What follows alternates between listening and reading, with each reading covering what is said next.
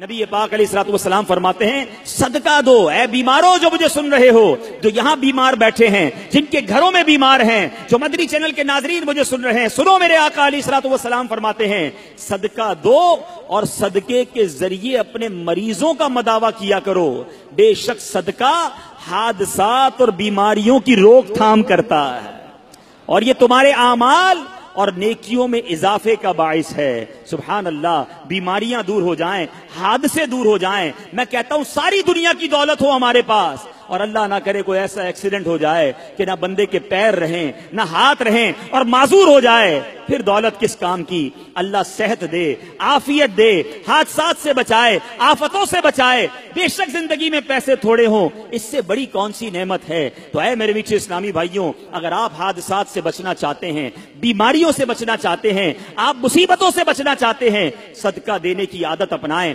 صبح و شام صدقہ دینے کی عادت اپنائیں۔ نبی پاک علیہ الصلوۃ والسلام فرماتے ہیں صبح سویرے صدقہ کا ادا کرو، شام میں بھی دینا چاہیے، رات میں بھی دینا چاہیے، مگر صبح سویرے صدقہ دینے کی فضیلت کیا فرمائی آقا نے؟